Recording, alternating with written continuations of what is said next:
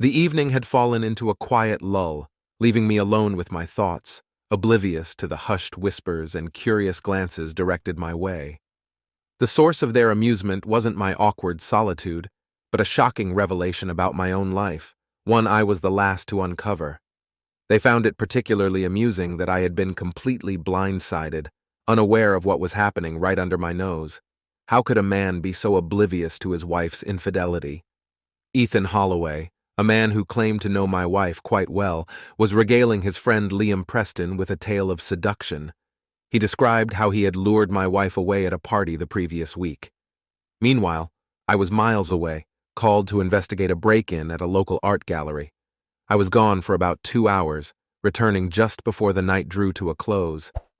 Upon my arrival, I found my wife seated at a table with 3 other people, including Ethan Holloway and his boss, along with their respective spouses.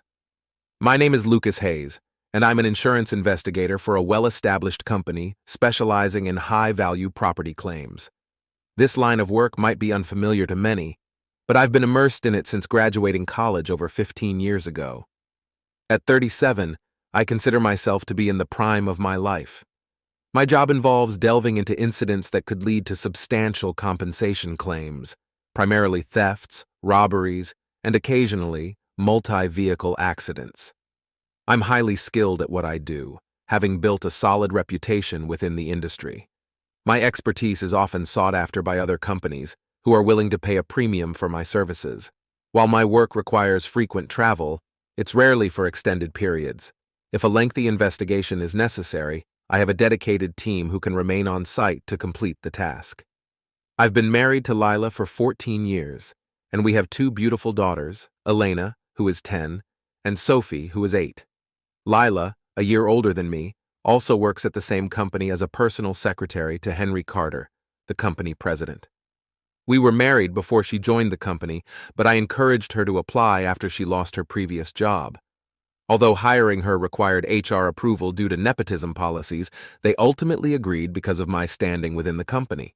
Fortunately, Henry Carter was in need of a new secretary, and Lila's extensive experience as a personal assistant at a major corporation made her an ideal candidate. After the interview, he offered her the position on the spot. Ethan Holloway and Liam Preston, the individuals I mentioned earlier, are insurance specialists who cater to large corporations or affluent individuals. While we're not close friends, they work under David Langston, a mutual acquaintance and a good friend of mine. I primarily report to Henry Carter and operate independently, although David occasionally assigns me interesting projects. A week after the party, I stumbled upon a disturbing conversation. I had stepped into the restroom for a break when Ethan and Liam walked in, seemingly oblivious to the closed stall door, and began discussing the party. Ethan started bragging to Liam about his recent conquest, and a growing sense of unease settled in my stomach, a feeling far worse than any bout of food poisoning. Liam expressed surprise, asking Ethan how he managed to seduce her, as he never perceived her as that type of woman. Ethan explained that they had danced a bit, and she seemed friendly. When he suggested going to his office, she mentioned that I wouldn't approve, but he managed to convince her to join him for a drink at the bar. Ethan continued his tale, describing how, while I was dancing with Lila, he had procured a double shot from the bartender and subtly switched our drinks. His intention was to loosen Lila up, making her more receptive to his advances on the dance floor. Liam questioned Ethan's strategy, considering my presence, but Ethan claimed he hadn't planned for me to leave. It was simply a stroke of luck. During the dance, I had told Lila I needed to step out briefly. Though she suggested I take her home first, I insisted she stay and enjoy herself, promising a quick return. Lila wasn't thrilled, but she agreed, remaining behind with Ethan, David, and his wife. Later, Ethan procured another drink for Lila, secretly requesting a double from Max, the bartender, without her noticing. As they danced, Lila became increasingly intoxicated, clinging to Ethan as he made his moves. She giggled and pressed against him several times. Ethan figured a few more drinks would seal the deal, so he got her another, which she quickly consumed. Unbeknownst to her, it was yet another double, and she began to feel quite woozy. Ethan suggested they get some fresh air, and Lila readily agreed. They ended up in the back seat of his car. She was almost unconscious, and he slid his hand under her skirt. She didn't resist, and even begged for more. He complied, and she seemed to enjoy it. Ethan found the entire experience unbelievable. He couldn't believe Lila would behave this way, considering she never seemed like someone who would cheat or be attracted to him. He assured his friend that it all happened, mentioning a date with Lila the following Saturday, when she usually went to the salon. They planned to meet and book a hotel room for the day. Liam, envious, acknowledged Lila's attractiveness and wondered what I did to deserve her. He even hinted at meeting Lila after Ethan was done with her. Ethan gave a non-committal maybe and stressed the need for secrecy to avoid any complications. They left the restroom, leaving me reeling from what I had just overheard. Could this really be happening? My mind raced back to that night. It was almost 11 p.m. when I returned to the party, finding Lila seated with Ethan, Julie, and David Langston. Lila didn't seem drunk when I joined them. She was chatting with Julie about the kids. Ethan exchanged a few words with me, but left shortly after. I noticed Lila whispering something to him, but I didn't think much of it at the time. The only odd thing about that night was when we got home. Lila wanted to make love. While not entirely out of the ordinary, it struck me as odd given the circumstances. She typically wasn't in the mood this late at night, but she was particularly passionate that evening, almost like she was driven by guilt or regret. About a week passed after the party, and I noticed no change in Lila's demeanor. She never mentioned my early departure from the party or what happened in my absence. When I asked, she claimed she danced with Ethan and David, but mostly observed.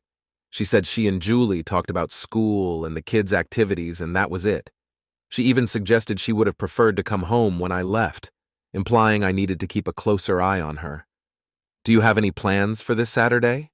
I asked, watching her closely for her reaction. "I was thinking of playing golf, if that's all right."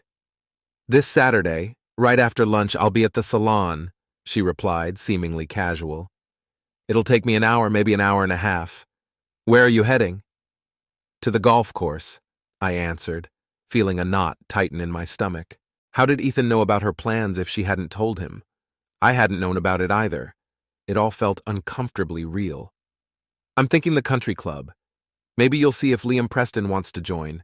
He and David are usually up for a game," I continued, probing for more clues. "Don't you think Liam and David are idiots?" she replied, her tone dismissive. "I'm not sure. I know David is, but I don't know Liam or his wife well enough to say," I answered, trying to keep the conversation neutral. "What about Ethan Holloway? You talked to him at the party, right?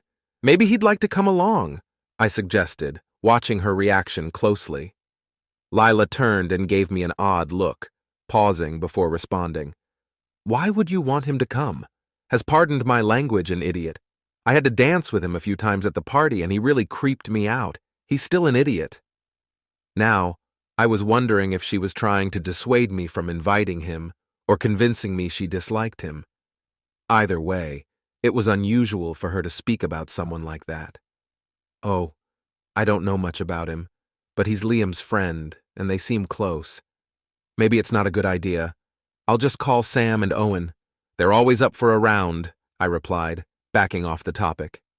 "That sounds like a better plan. Stay clear of Ethan. You don't want any trouble," she said, seemingly relieved. "All right, he's off my list now. So you're okay with golf?" I asked.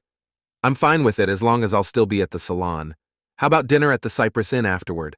I'll have a fresh haircut and you can unwind after golf. You can take me out and show me off," she suggested.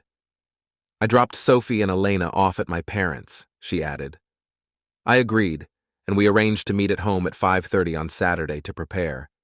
If I'd been more cautious, I could have gathered enough evidence to confront her that day.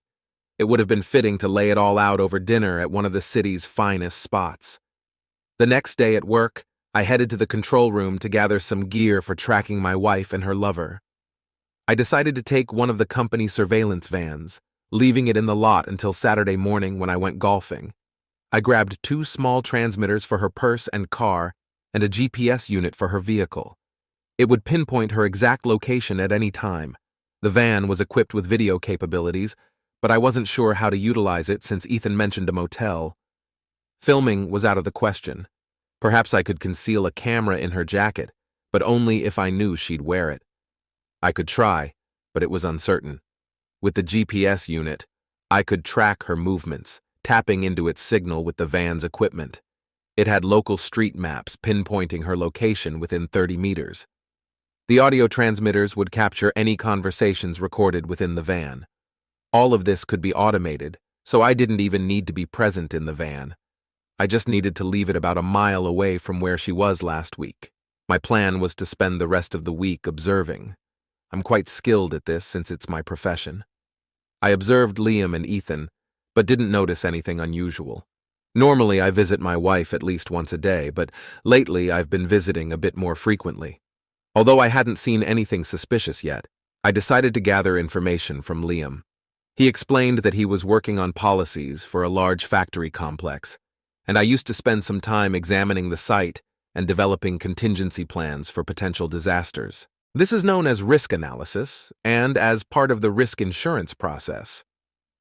On a particular Tuesday, I approached his desk, which was across from Ethan's. He seemed deeply engrossed in his work. I greeted him and expressed my desire to review the Baxter plant plan for the day. Initially, he appeared distracted until he understood my request, after which he simply nodded and agreed, stating he was available any time. I still needed to return to that location to take some photos. We discussed the timing, agreeing to go in about an hour. It was decided that my colleague would stop by my desk on their way. After a brief exchange, I turned the corner and noticed a smirk exchanged between Liam and Ethan. They maintained their gaze on me until I was out of sight. They were intriguing individuals.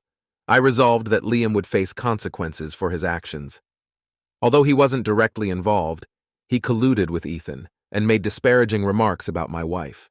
He was aware of the plan and chose to witness Ethan's deception, rendering him equally responsible in my perspective. An hour later, Liam arrived as arranged, and we departed in my SUV.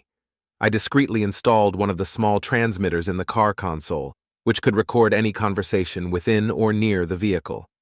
My intention was to have a record of our private conversation. As we left the parking lot and began the 25-minute journey to Baxter, I started the conversation. "So, Liam, did you enjoy the party last week?" I asked, trying to ease into the topic. "I wasn't there. I was away on a trip and missed out on the festivities," he responded. I conveyed to Liam my interest in understanding what had caught his attention, particularly in light of Ethan's betrayal involving my wife. I asked if that was what he had overlooked. Liam seemed taken aback by my straightforwardness and initially struggled to respond. He made a move towards the door handle, but then composed himself and met my gaze. "I only know what Ethan told me. I'm not sure if it's all true," he confessed, doubting the accuracy of the information. "Do you really think Ethan would make up such a story?" I pressed, skeptical. Liam pondered this, and then shrugged. "It's hard to say, but why would he lie about something like that?" "I overheard him talking about getting her drunk and taking her to his car," I stated, pushing for more details. Liam looked uncomfortable, but finally said, "Ethan told me about it afterward. He mentioned your 2-hour absence coinciding with the incidents." I nodded, noting the information. This was just the beginning. I needed to dig deeper and find out the truth. Ethan didn't seem to have any further plans beyond what he had already disclosed. Liam, hesitant and unsure of the truthfulness of Ethan's story, recounted his words. I sarcastically commented on Liam's loyalty and thanked him for his so-called friendship, hinting that he should have told me regardless of his intentions. Liam expressed reluctance, saying he wouldn't wish such a situation on anyone and apologized for making me feel like a fool. He mentioned Ethan's claim that he couldn't resist my wife. After Ethan's statement, I switched off the recorder, intending to keep our next conversation off the record. I reassured Liam that if he followed my instructions, he'd be fine, but warned him of serious consequences if he failed. Liam nodded in agreement, clearly uneasy. I then hinted at another matter to discuss with him. I made it clear that Ethan must remain unaware of our conversation and that Liam must not disclose anything to him. I stressed the severe consequences of any breach of trust, including losing his job and tarnishing his reputation. I reminded him that I had ways of monitoring both him and Ethan to catch any slip-ups. I assured Liam that I wouldn't confront Ethan or interact with him, instructing Liam to continue as usual and let Ethan do the talking without interference.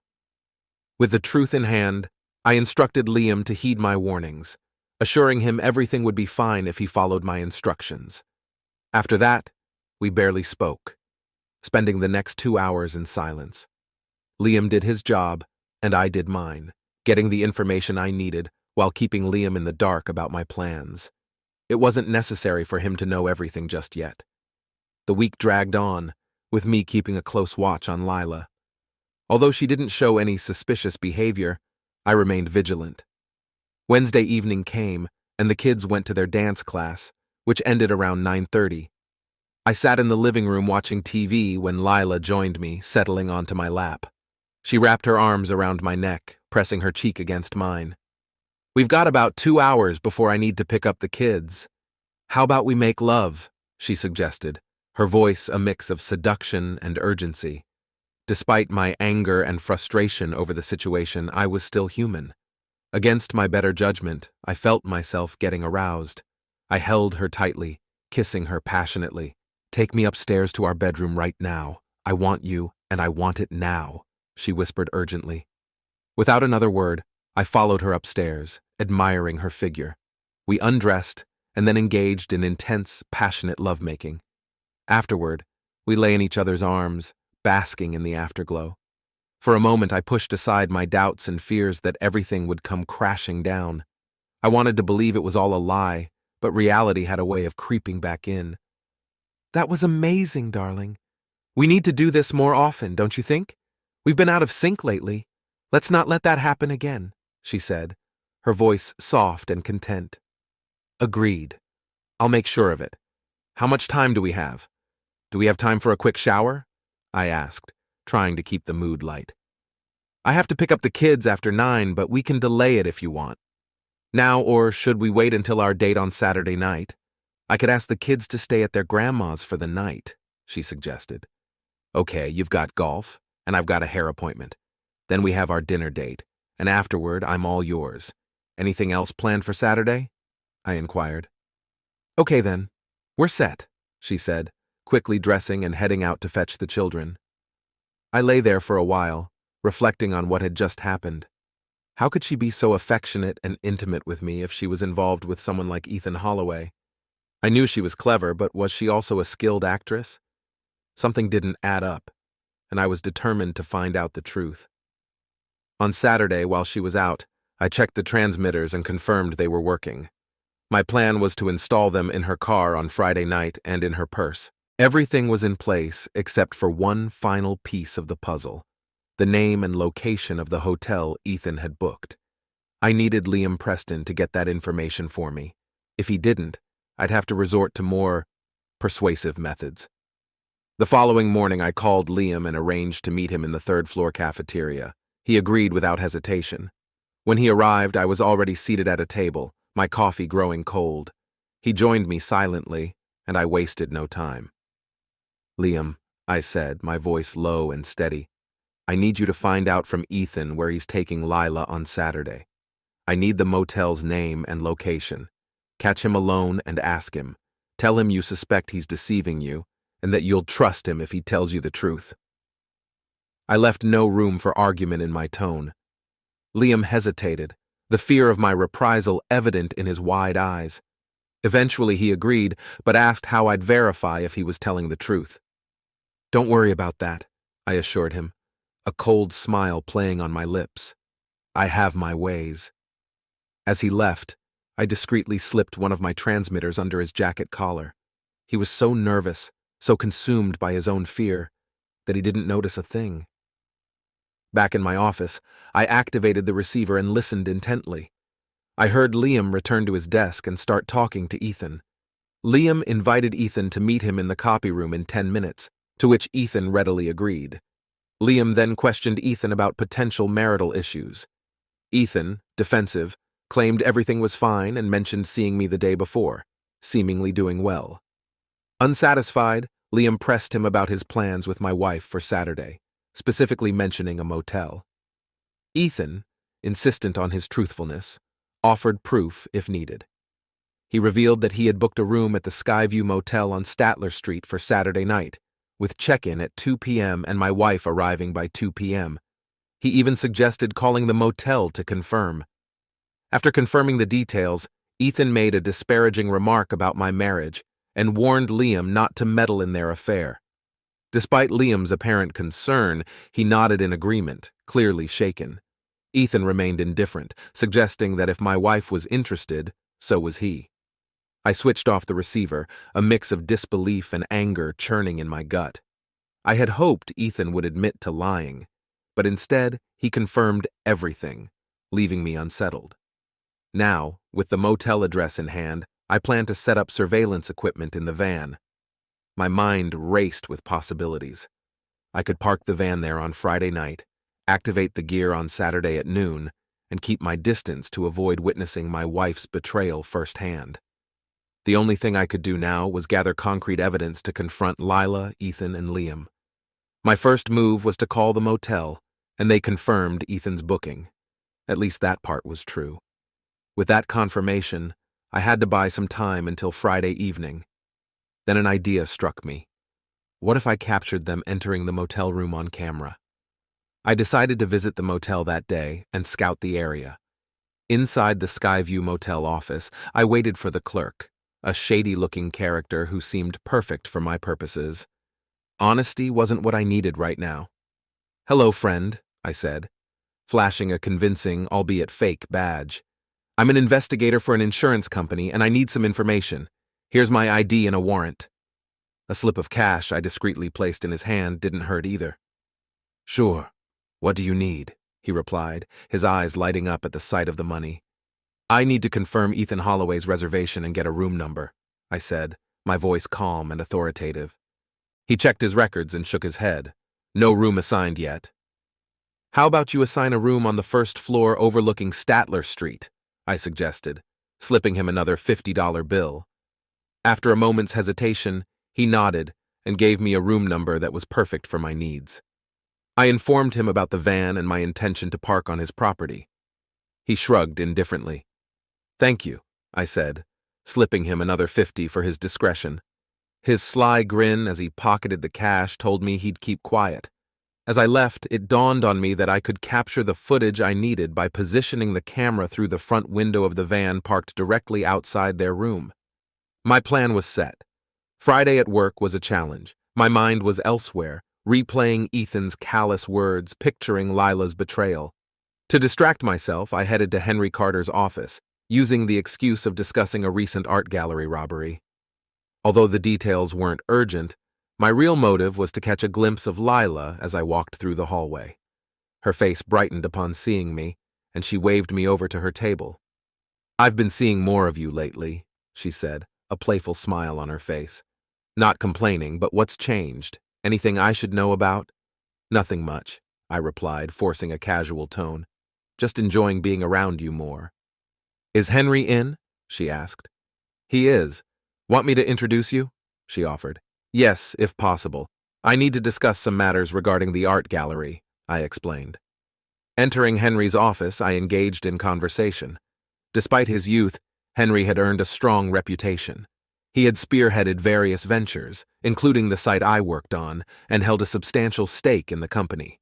His wife, Aria, whom I'd met on several occasions, epitomized the trophy wife, blonde, slender, and stunningly attractive. She and Lila were of similar ages and often chatted while Henry and I had developed a close rapport. During our discussion, I directly asked Henry about Ethan Holloway. As part of my duties, I regularly provided feedback on other employees' performance, though this inquiry was personal. "Why the interest in Ethan?" Henry asked, curious. "Is there something I should know?" "I need to ensure any potential issues with my team are addressed promptly," I replied.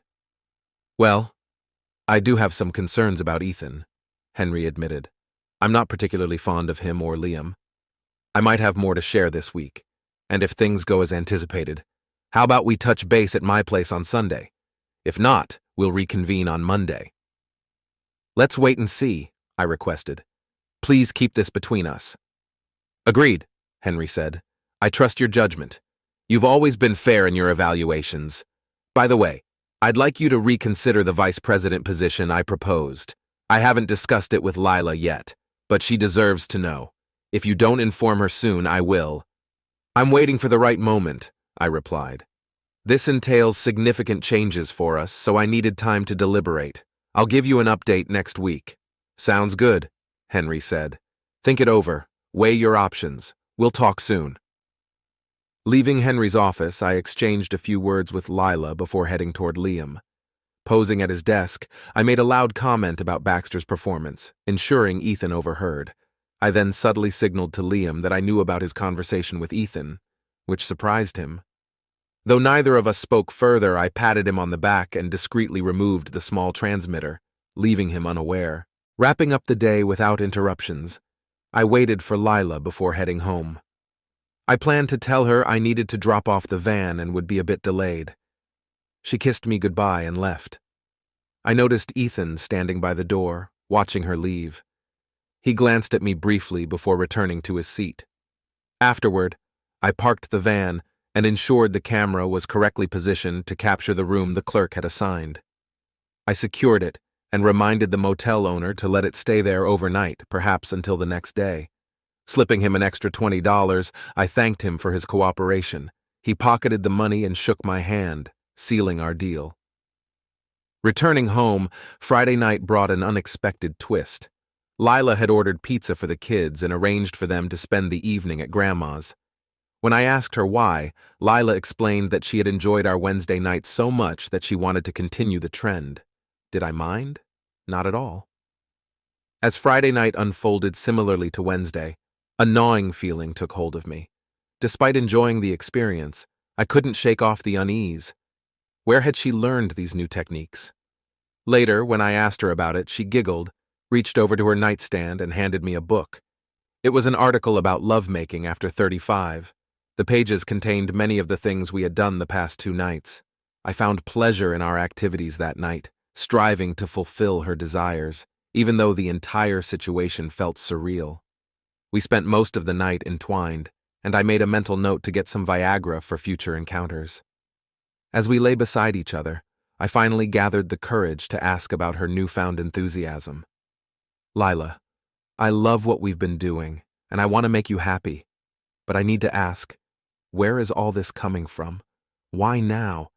If I didn't trust you so much, I might think there's a guilty conscience at play. Sorry, Lucas, Lila said, her voice soft. Arya shared something with me last week that I can't repeat. It got me thinking about our life together, and it made me so happy. Sometimes I just need to express that joy. I wanted to show you how much you mean to me. I listened, a mix of emotions swirling inside me. If this was true, how could she be having an affair? Should I confront her now? I'm glad you feel that way, I said, my voice carefully neutral. Are you sure I make you happy enough? Are you satisfied with our closeness? Or do you feel something is missing? Please be honest. I adore our closeness, and you've always made me feel complete. I don't want more. I just don't want our passion to fade into routine. Can't you see? Don't you want me to always feel desired by you? She asked earnestly. You'll never have to worry about that, I reassured her, my heart heavy. I love you and always will. I can't imagine anything jeopardizing what we have. That's good to hear, she said, snuggling closer, because I won't let anything come between us. I'm sure you know what's going to happen. I'm sure I'm not, I replied, my mind racing. I'm sure I'm not, she repeated, her voice barely a whisper. We spent the rest of the night wrapped in each other's arms, waking up the same way, though pleasantly exhausted. I wanted to shower with Lila, so I woke her and pulled her into the shower with me. Initially protesting, she eventually joined me under the warm spray, and we tenderly attended to each other's needs. Soon our passion ignited again, and we pleasured each other. Afterward, she mentioned she was ready for the day, but anticipated something more that night. With that, we finished our shower, got dressed early, and I drove to the motel to finalize my preparations. I programmed all the timers to activate at 1 p.m. and ensured the audio recording would last at least 5 hours. The video footage would be burned onto a DVD, a process that would take around 7 hours after compression, covering the entire day. I initiated the sequences and locked up the van. When these two entered their little sanctuary, they'd become the stars of my new film, and the initial screening would be unforgettable. Returning home to grab my golf clubs and bid Lila farewell, the day turned out to be a disaster. I played golf with two acquaintances from the club, and my performance was abysmal. By the end, I felt like a complete failure, buying beers for everyone. Around 5, I drove to the van to ensure everything was in order. Scanning the area, I saw no cars or activity, assuming everyone had left. Quickly calling home, Lila answered, and I told her I was on my way. As the time to meet Lila drew near, I drove home without reviewing the surveillance data. I wanted to confront her with the evidence before dinner, but decided to save her our evening together one last time. Despite the betrayal, I still enjoyed making love to her. However, the thought of losing her made me choke up. Why was she doing this to me? I loved her deeply, and the thought of life without her seemed unbearable. If the evidence confirmed my suspicions, divorce was inevitable, her behavior was unexplained. I was not acceptable, but what about our children? She was a devoted mother and deserved custody. If she had indeed cheated, there must be a reason I didn't know. She was fundamentally good but had made a grave mistake. I could come to terms with that. She could care for the children and I would provide child support. My thoughts consumed me as I drove home to reunite with Lila, uncertain if I could endure the evening. Legal action couldn't proceed until I had concrete evidence, yet doubt lingered in the back of my mind. I brushed it aside. Facts were facts, and soon I'd have all the evidence I needed. At home, Lila had already showered and dressed, mentioning she'd add the finishing touches when it was time to leave. Meanwhile, I hurried to get ready, ensuring we left on time for our reservation. My wife was radiant, always drawing attention as we entered the room. She brushed off the admiring glances from men effortlessly, but I couldn't help noticing, always filled with pride. Tonight was a stark reminder of what could have transpired. Despite everything, she remained intelligent and engaging, making her an excellent dinner companion. We conversed on various topics typical of a night out, and she indulged in more wine than usual. As the designated driver, I noticed her being particularly flirtatious with me. As we concluded our dessert of chocolate mousse and sorbet, we exchanged smiles, both eager to retire to the bedroom upon returning home. I signaled the waiter for the bill as Lila excused herself to the restroom. Exiting hand in hand, we made our way to the car. As I navigated the main street toward our house, Lila leaned against my shoulder, intertwining our fingers. She gently moved my hand from the steering wheel to my lap, and without much prompting, I hugged her tightly, reminiscent of our youthful love. She sighed contentedly, and we drove home in a tender embrace. Once home, Lila busied herself with household tasks, her energy seemingly endless. Finally, she turned to me, a mischievous glint in her eyes. "Shouldn't we head upstairs and pick up where we left off this morning? You owe me, remember?" "Absolutely. Lead the way," I replied, trying to match her enthusiasm despite the turmoil inside me. We ascended the stairs quickly, anticipation building. Lila stood before the bed, her eyes locked on mine as I stripped down to my boxers and socks. She removed her top and bra, leaving only a strand of pearls around her neck. As she reached to remove them, I stopped her. "Leave them on. You look incredible with just those pearls. This is a sight only I get to see. I'm completely yours tonight," I said, trying to immerse myself in the moment. "I'm all yours," she whispered, her voice filled with a mix of seduction and sincerity. In that moment, I wanted to believe her. Despite everything, I decided to put aside my doubts and focus on the present. We explored new realms of intimacy, trying positions and experiences that were new to us. She laughed and referenced page numbers from her book whenever I inquired about her fantasies. It was a night of discovery and connection, one that felt almost surreal in its intensity. We fell asleep, entwined, waking late on Sunday morning, reluctant to part. She agreed to one more encore of our favorite moments from the night before. Afterward, she had to pick up the girls, and I mentioned needing to check on the van. She suggested staying at her mom's for a while, giving me the perfect opportunity to retrieve the tapes from the van and review their contents. Once she left, I drove to the van, retrieved all the recordings, and returned the van to the production facility. I called a taxi to pick me up and take me back to my car, then headed home. The first thing I did was examine the GPS printout. It confirmed her car's location at the motel on Statler Street. My heart sank. The confirmation of my worst fears hit me hard. I felt compelled to view the video firsthand. I switched on the TV and DVD player. I was inserting the DVD and preparing myself for the inevitable heartbreak. The image was crystal clear, the room perfectly centered on the screen. I fast-forwarded until I saw a car approaching, then slowed to normal speed. Ethan Holloway emerged from the car, opened the room's door, and disappeared inside. Rewinding, another car appeared, and I saw a woman knocking on the door and being greeted by Ethan's smile as she entered the room. I turned, revealing her face. My heart raced, and my pulse skyrocketed. I needed to contact Henry immediately. I switched on the TV and DVD player. I was inserting the DVD and preparing myself for the inevitable heartbreak. The image was crystal clear, the room perfectly centered on the screen. I fast-forwarded until I saw a car approaching, then slowed to normal speed. Well, it'll be damned, I muttered. I needed to contact Henry immediately. There was one address I had to verify, so I retrieved my wife's address book from my desk drawer. As expected, the address I saw was there, confirming my suspicions. A determined smile crept onto my face. With all the necessary information in hand, I dialed Henry's phone. I dialed Henry's home number, urging him to meet me immediately. He initially insisted I come to his house, but I persuaded him to meet me alone elsewhere. Eventually, we agreed to rendezvous at the TGIF restaurant near the office. An hour later, we met at our designated spot. Lila and the girls had dinner plans at her mother's, giving me the time I needed to prepare. At TGIF, I laid everything out for Henry before revealing the DVD. I brought along a portable player with a 9-inch screen and headphones, ensuring privacy as he watched. Initially, his anger simmered just beneath the surface. He was skeptical, vehemently denying the possibility of Lila's involvement. But as I played the recording of Liam's encounter with Ethan and laid out the entire narrative, implicating both men, Henry's complexion turned a deep crimson with rage. Despite his personal regard for Lila, the truth gradually dawned on him.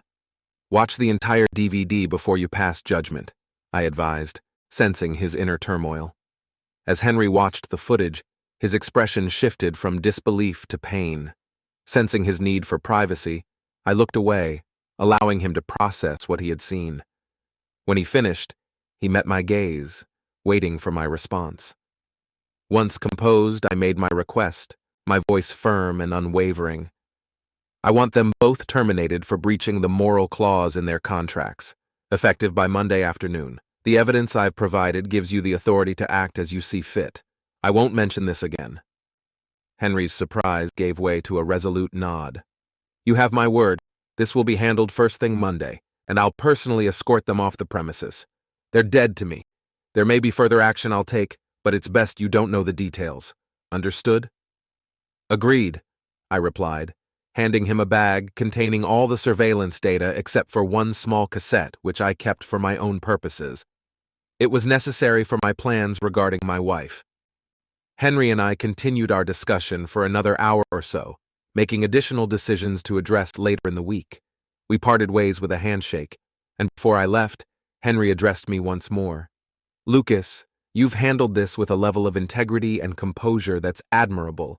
I appreciate your efforts and respect your actions. Things could have escalated if you hadn't been so level-headed. You have my gratitude and respect, he said. A sense of relief washed over me as I headed home to my family, who remained unaware of the impending changes. That evening at home went smoothly, and my spirits were high. Lila was curious about what had transpired, but I told her she'd learn more at work the next day. Exhausted from the previous nights, we retired early for a peaceful night's sleep. Lila wanted to be embraced, and I gladly obliged. We fell asleep in each other's arms, just like the previous night. Monday morning arrived, bustling with activity at work. At 9:30, Lila called me. her voice tinged with urgency. "You won't believe what's happening. Henry has summoned Liam Preston and Ethan Holloway to his office. They're in there now, and the atmosphere is tense." Feigning cluelessness, I asked, "What's going on?" "Henry is furious," she whispered. "He's called security." Then before hanging up, she promised to update me later. 20 minutes passed and Lila called again. "Henry had security escort Liam and Ethan out of the building. They're fired. He wants me to draft their termination letters citing a breach of the morals clause," she said, her voice a mix of exhilaration and disbelief. "This is the most unusual event I've ever witnessed as Henry's secretary. We need to talk over lunch." We met for lunch, and Lila recounted the morning's events in detail. She described how security had marched Liam and Ethan out, warning them never to return. She mentioned Henry's agitation, even recounting a moment when he snapped at her before quickly apologizing. Eventually, she turned to me, seeking insight. "How would I know about this?" she asked, feigning ignorance. "Henry told me to ask you. When I pressed him, he just said, 'Ask Lucas. He knows everything,' and opened my eyes to a lot. So spill it." Before I said anything, I held up a cassette. "Listen to this tape first."